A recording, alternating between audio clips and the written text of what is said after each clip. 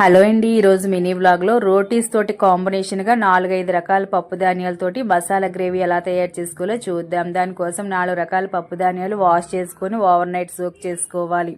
తర్వాత వాటర్ తోటి మనం కుక్కర్లో వేసుకొని పప్పు ధాన్యాలు లోపల వరకు సాఫ్ట్గా కుక్ అయ్యే వరకు ఉడికించుకున్న తర్వాత స్టవ్ ఆఫ్ చేసుకొని మనం లోపల ప్రెస్ చేసి చూసినట్లయితే ఇలా సాఫ్ట్గా ఉడుకుతాయి. వాటర్ని పడేయకుండా అలానే వదిలి స్టవ్ ఆన్ చేసి మరొక బాండీలో ఆయిల్ వేసుకొని ఆవాలు, జీలకర్ర, హోల్ గరం మసాలా ఇవన్నీ వేసుకొని ఫ్రై అయిన తర్వాత ఎండుమిరపకాయలు వేసుకోవాలి.